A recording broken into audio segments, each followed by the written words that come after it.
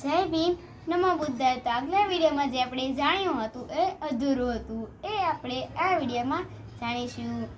ઉપચારો કારગત નીવડ્યા નહીં. પિતા ભીમરાવના ખોળામાં જ તેજસ્વી પુત્ર રાજરત્નનો અંતિમ શ્વાસ લીધા.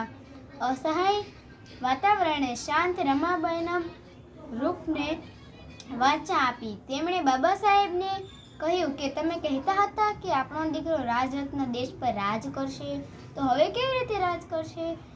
નિર્વ્યાસ સમાજ માટે જીવનારા બાબા સાહેબે રમાબાઈને શાંત પાડતા કહ્યું કે હું કામ કરીશ કે આજ પછી દરેક રમાબાઈના કુખેથી જન્મ લેનાર રાજરત્ન આ દેશમાં પાઠ રાજ કરશે જ.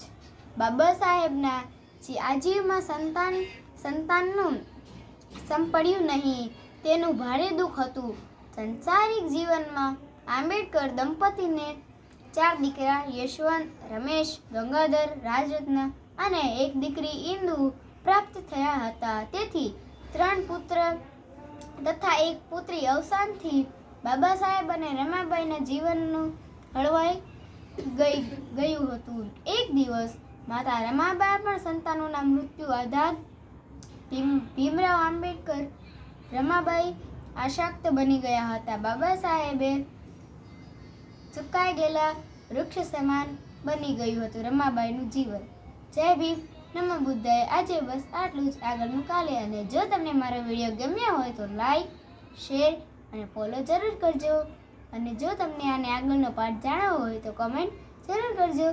જય ભીમ, નમો બુદ્ધાય.